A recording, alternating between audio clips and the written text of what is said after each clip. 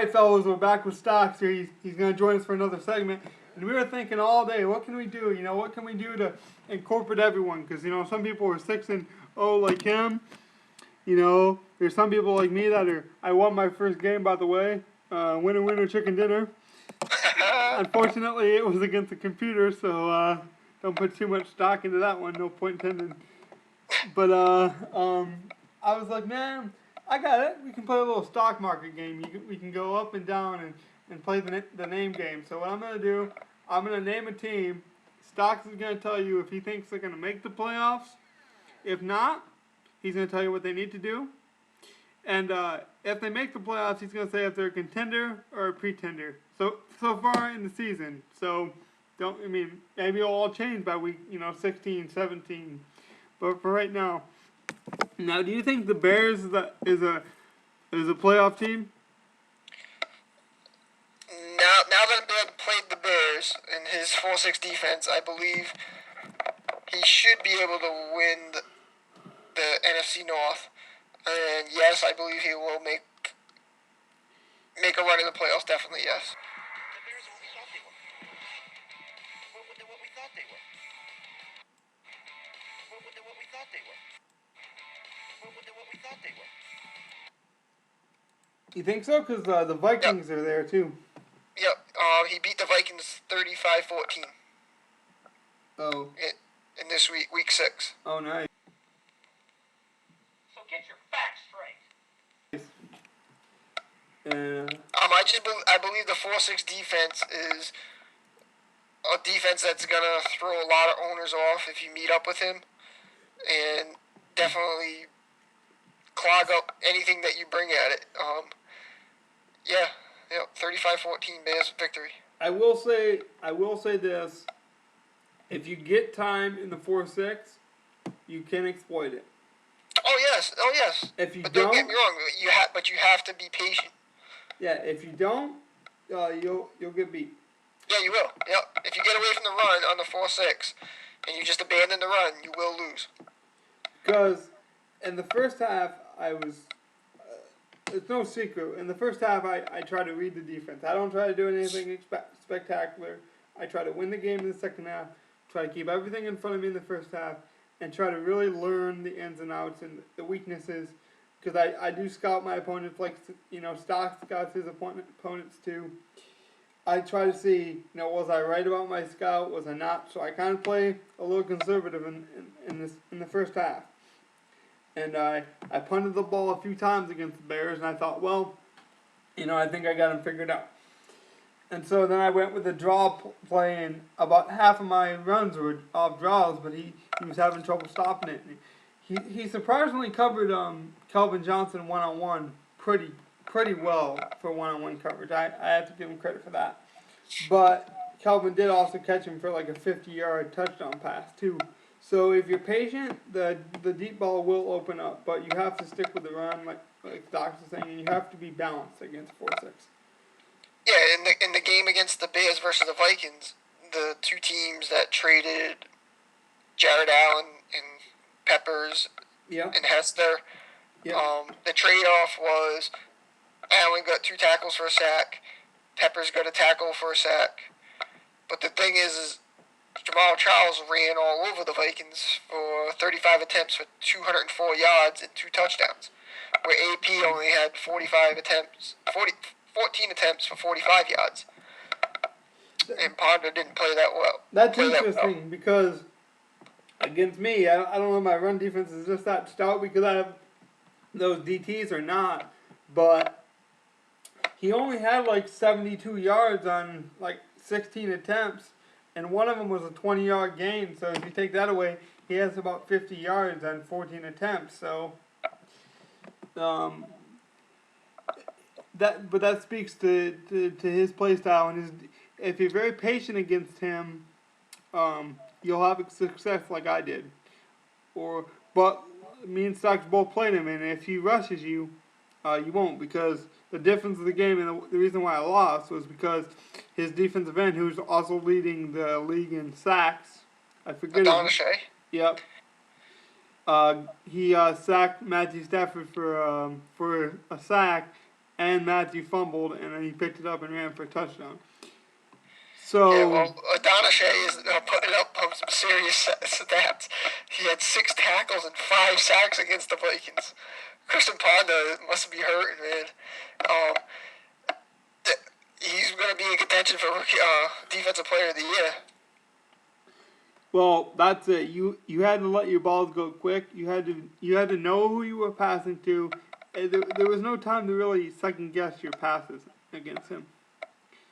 At least I found. I mean, I don't know if Stocks could go to a second read or a third read, but once you locked into that receiver you were throwing to, you pretty much let it go. At least I did. Well, my offensive line held a little bit better, and I would keep my running back in to protect. Yeah, that probably helped. Yeah. Unfortunately, you have a better offensive line than I had, so I had to decide who I was throwing to and throw to him quick because that 4-6 can be very exotic. But I was able to find holes in it, and it's not I'm not. So he's going to be a very dangerous opponent. So do you think the Vikings then gets the wild card, or do you think the Vikings is out of it?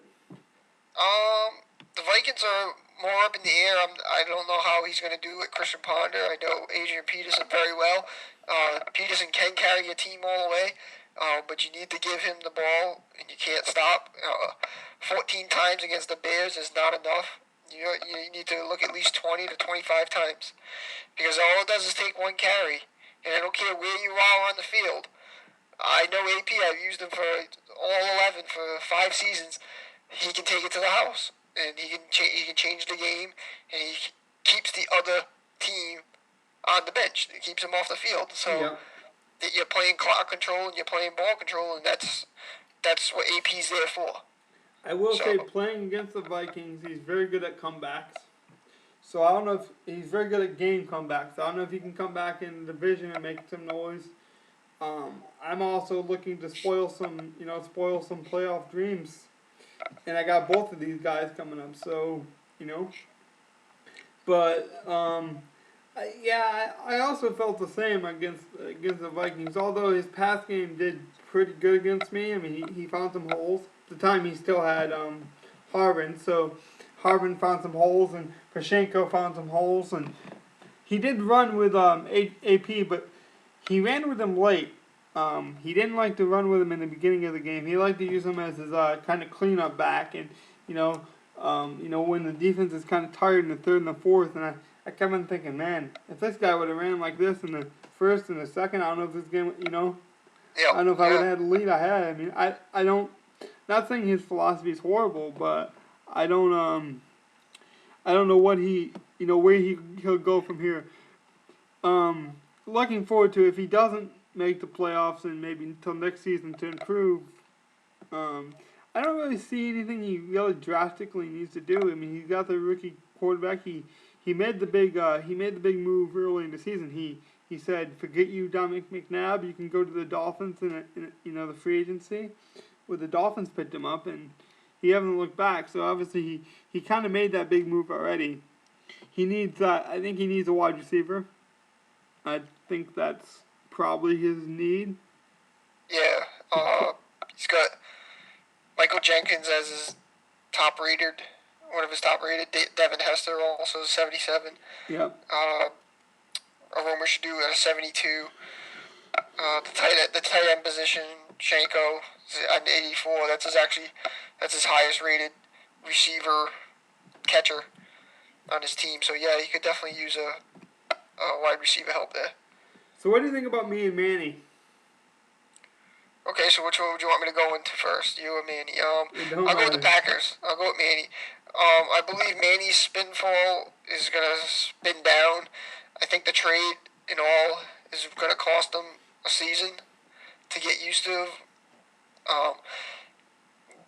Like we said, we've gone back to the other podcast that maybe his players that he picked up really don't fit his new style or whatever, his same style of play, and it's costing him games.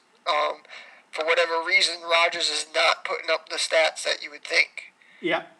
So with Jennings, he's got a decent offensive line. His new updated trade block. He wants to get rid of Brent Selleck already. So maybe he's already regretting trading Finley. Donald Driver's on his way out. He's not going to last maybe this year, or another season. He's 37.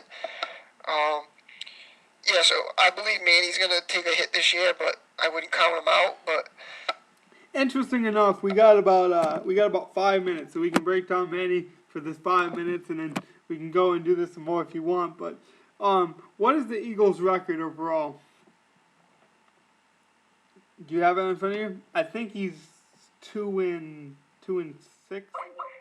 No, he's not that. So we're not in week 8. Oh, hold on. We had some technical difficulties. Stocks, I lost him here. My internet went out. I'll try to carry the show for a minute or two. Yeah, we got about 5 minutes. We'll try to get Stocks back. Okay, I'm back. Are you back? Yeah. Sorry, my internet got unplugged, but Oh yeah. luckily that's what's nice about this the way we're doing it now, because if it was Vulu, we would have been disconnected. I would have had to call you back. But we were able to get you hooked up real quick. But so what's the Eagles' record overall? Do you know?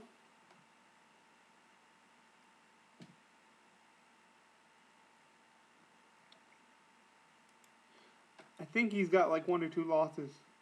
He's 4-1, but I don't know the update. 4-1. Well, that was interesting because the big thing about that trade, we talked about it. He's 4-2 after the loss against the Redskins. Well, we talked about this trade early. We talked about it in the middle of the season early, and we're talking about it now. Maybe Manny knew what the hell he was doing after all. Because don't forget, he has the Eagles' first-round draft pick. Okay. I mean, that was the big that was a wild card in the trade. Remember, we'll have to go back and visit this because it depends on how each team does. So, I mean, I don't see the Eagles bombing, but obviously with that record, he's not. It's not going to be a horrible draft pick. And Manny looks like he'll get a pretty good draft pick. So you're looking at maybe 2 first-round studs coming in. Yeah, and that's where he'll probably fill those voids, whatever he loses this year. Yep. So next year, Manny's going to be very dangerous out of the chute, I think. Yeah, and so he gave up 1 year for next year, maybe. I mean, I think he expected this year he'd still be competitive, and unfortunately, sometimes it doesn't happen like me. I expected to be a lot more competitive too, and it just, sometimes you have a thought and it doesn't pan out. Well, fortunately and unfortunately, depending on who you are, he got a first-round draft pick, and we can't really break down the trade until we see his moves. Exactly. It looked pretty one-sided, but now I got to be honest that the scales are starting to tilt more Manny's way now that I see how the Eagles are doing lately. So. Now on your side, on the Lions side, do we have time to finish about your team? We got about 2 minutes, so you can kind of tease to it, maybe give a little something, and we'll come back if you want.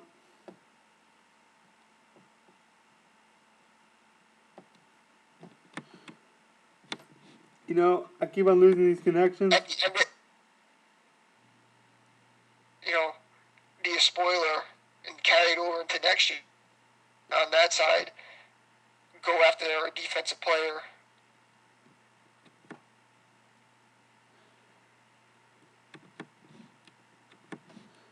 Yeah, I'm having some trouble getting. Okay, I think we got you, Stocks.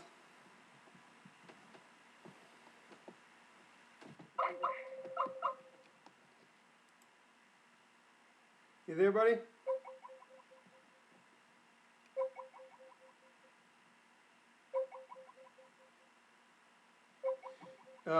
We're trying to look at him now. Stocks, you back, bud?